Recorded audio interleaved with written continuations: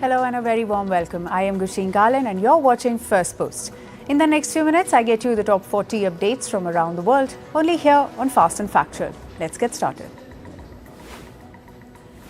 First in from the United States, President Donald Trump has announced direct nuclear talks between the US and Iran.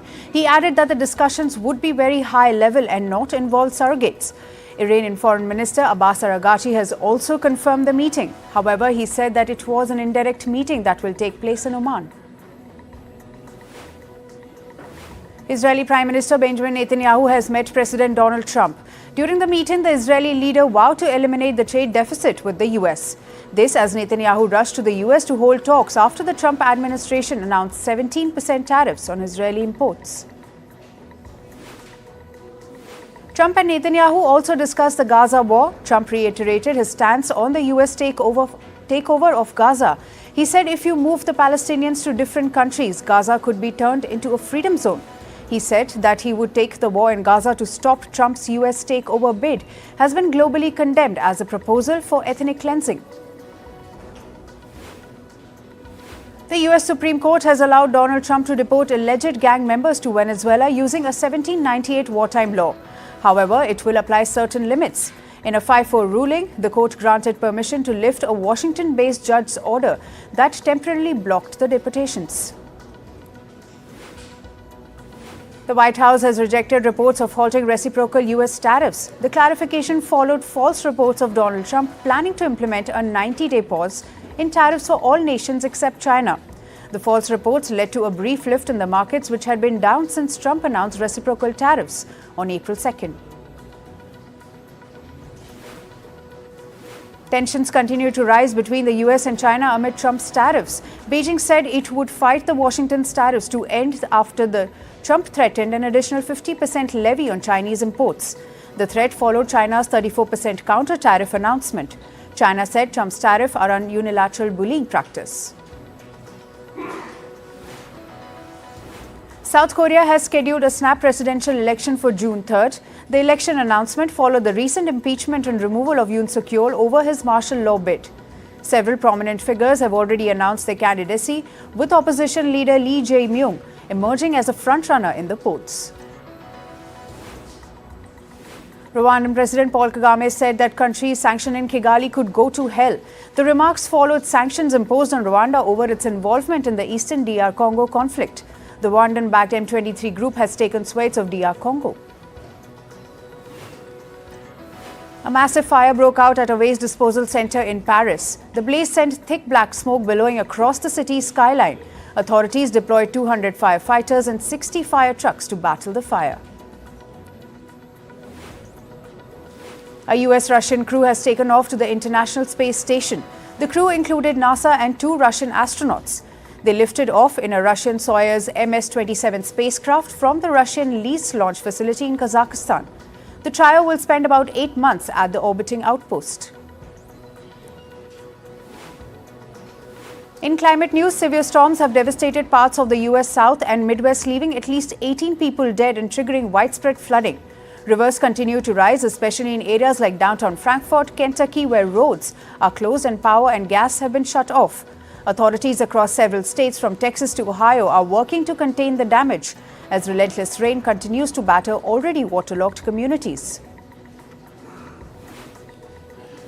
North India is in the grip of an intense heat wave, with capital New Delhi officially recording its first wave of scorching temperatures this year. The mercury hit 40.2 degrees Celsius at multiple weather stations. This prompted the India Meteorological Department to issue a 2-day yellow alert. Authorities are urging residents to limit outdoor activity and stay hydrated. A top European Union lawmaker has sounded the alarm over the bloc's climate target of reducing emissions by 90% by 2040. Peter Liese is calling the goal too extreme and potentially harmful for local industries. Liese of the European People's Party argues that such an ambitious benchmark could accelerate deindustrialization if not implemented with sufficient flexibility. March 2025 has officially been declared Europe's hottest March since temperature records began. This is according to the EU's Copernicus Climate Change Service.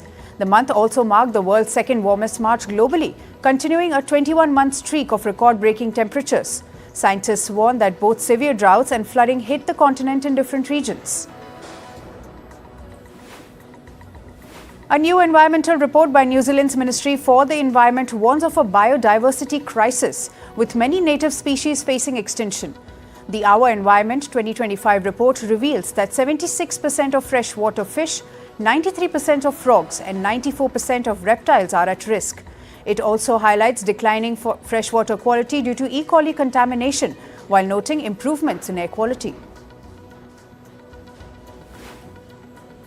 In business and tech news now, India's External Affairs Minister S. Jaishankar held a telephone conversation with US Secretary Marco Rubio. The talks were to discuss the India-US bilateral trade agreement. Jaishankar said that both sides agreed in favor of early conclusion of the agreement. The talks followed Trump's 26% reciprocal tariffs on India. Indian stock markets opened green as trading began today. It comes after a day Trump's tariffs triggered a major sell-off. The BSE Sensex surged 1.64%, while the Nifty 50 rose 1.85% when share markets opened. Indonesia markets declined as much as 9.2% at the opening bell. The steep decline prompted a 30-minute break in trading. The rupiah also fell 1.8%, a record low. Indonesian markets were until now shut due to a holiday season. Trump's tariffs triggered a volatile response, leading to the turmoil. Trump's tariffs are hitting $416 billion worth of European Union exports. EU Trades Commissioner flagged these numbers on Monday. The EU plans countermeasures to fight Trump. They are proposing a 25% tariffs on certain US imports. EU's tariffs could target US goods worth $22 billion. Venezuela is under a state of economic emergency. This was declared by President Nicolas Maduro. The move comes against the backdrop of a trade war which was triggered by the US tariffs unveiled by President Trump. Venezuela faces inflation challenges and fears of a recession. Boeing has settled lawsuits involving the 2019 Ethiopian Airlines crash. The US plane maker was sued by families of 2 crash victims. The terms of the settlements are not yet known. The accident involved the deaths of 157 people on board. The chief executive officer of Spirit Airlines has stepped down. Ted Christie's resignation is effective immediately. It comes after the US carrier bounced back from bankruptcy. Christie leaves the company as it rebrands itself as a premium airline. Microsoft has fired 2 employees for protesting it deals with the Israeli military. One software engineer interrupted a Microsoft AI event. He accused the company of supporting violence. Another employee protested separately during panel with Bill Gates and Satya Nadella. Broadcom has announced a share buyback program. The US-based semiconductor firm will purchase its own shares worth $10 billion. It will run until the end of this year. Broadcom's share rose by 3% in extended trading following the announcement. Broadcom supplies tech giants like Google and Apple. Stocks of US crypto companies have nosedived to new lows. Coinbase declined 5% and Strategy crashed over 10%. The plunge is attributed to global trade tensions. It mirrors a drop in Bitcoin, which fell as much as 5.5%. The drop was Bitcoin's lowest this year. Moving to sports, we start with cricket. Bangalore beat Mumbai by 12 runs in the ongoing Indian Premier League. After taking to the field in Wankhede Stadium, hosts Mumbai struggled to restrict the visitors. Virat Kohli struck a crucial 67-run knock as Bangalore put 221 runs on the scoreboard. In response, Mumbai could score only 209 runs for the loss of 9 wickets. Krunal Pandya claimed a 4-wicket haul. Australia's Will Pucovski announces retirement from all formats of cricket due to injury. This comes after a recommendation by a medical panel. The batter faced a series of incidents where he was hit on the head, causing him concussions. In 36 first-class matches, the 27-year-old scored 2,350 runs with an average of 45.19, including 7 centuries. Star batter British Harry Brook was named England's white ball captain. The 26-year-old will lead England in both one-day and T20 international formats. Brook succeeds Joss Butler, who stepped down following England's poor campaign at the Champions Trophy last month. And Pakistan's slow over rate disaster continues. The men in green were fined for bowling too slow in the third and final ODI against New Zealand, which they lost by 43 runs. Pakistan were fined 5% of their match fee for the offence. This is the fourth time in the last 5 ODIs that Pakistan have been guilty of maintaining a slow over rate.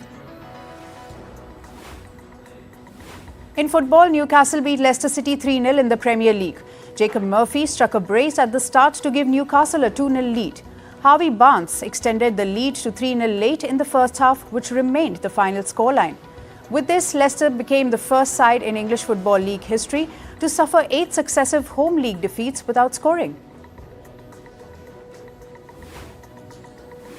Southampton sacked their manager Ivan Juric after 107 days in charge. This comes after the Saints were relegated from the Premier League. After their 3-1 loss to Tottenham on Sunday, Juric replaced Russell Martin in December, but failed to uplift Southampton's losing fortunes. The Saints have lost 6 of their past 7 top-flight games.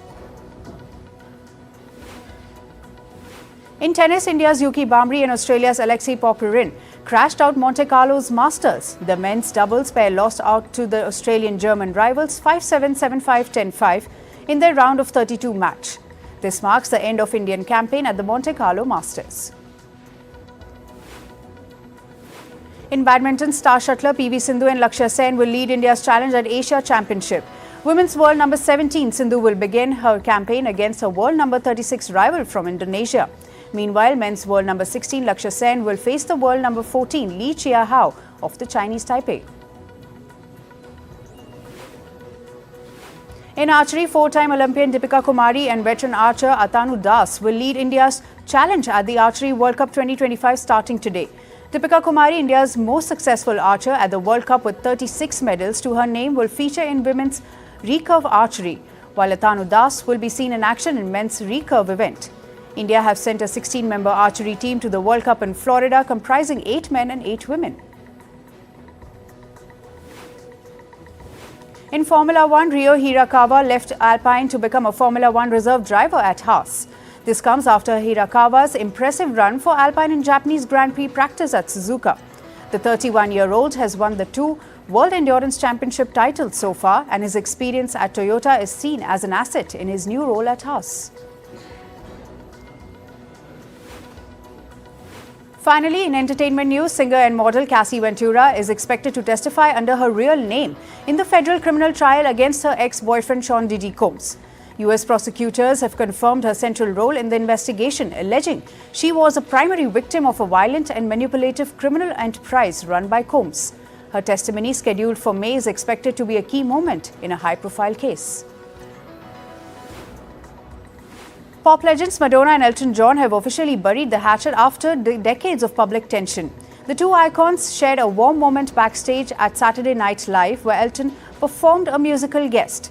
Madonna later posted about the emotional reunion on Instagram, revealing how much John's early performances had inspired her. Madonna and John's feud dates back to 2002, when he took repeated digs at the singer. HBO's The White Lotus ended its 3rd season on a high, both narratively and numerically. The explosive finale drew a staggering 6.2 million viewers across HBO and Max platforms, thus making it most watched episode in the series' history.